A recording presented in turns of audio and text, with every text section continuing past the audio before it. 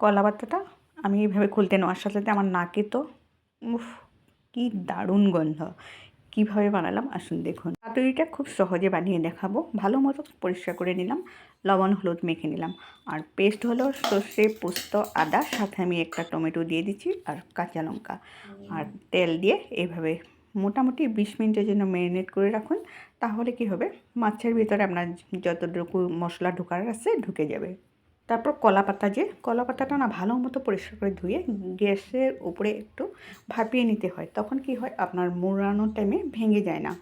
আমি এভাবে মোড়াইয়ে দেখুন আপনাদেরকে একেবারে সামনে থেকে করে দেখাচ্ছি। তারপর আপনার সুতো দিয়ে আপনার ভালো মতো বেঁধে এইভাবে গ্যাসের উপরে বসিয়ে দিন। খুব কম সময়ে দারুণ একটি পাতুরি রেডি। পাতুরি খেতে তো ভীষণ ভালো লাগে, কিন্তু আজকাল তো কলা পাতা পাওয়াই যায় না, তার জন্য কম খাওয়া হয়। আমি মাঝে মাঝে হলুদ পাতাতেও করি, যদি পাওয়া যায় তো আমি কলা পাতাতেও করে খাই। আমার তো ভীষণ প্রিয়। গন্ধটা যা বেরিয়েছে গরম গরম ভাতের সাথে বন্ধুরা, সেই জমে যায়। আশা করি রেসিপিটা আপনাদের অনেক ভালো লাগবে। আপনারা আপনাদের অনেক খেয়াল রাখবেন, আপনারা অনেক ভালো থাকবেন।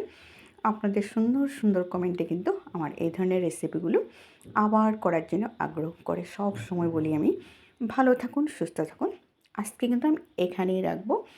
মাছটা কি দারুণভাবে সিদ্ধ হয়েছে দেখুন। গরম যে, এই জন্য আমি ভালো মতো দেখাতে পারছি না, একেবারে কমপ্লিট।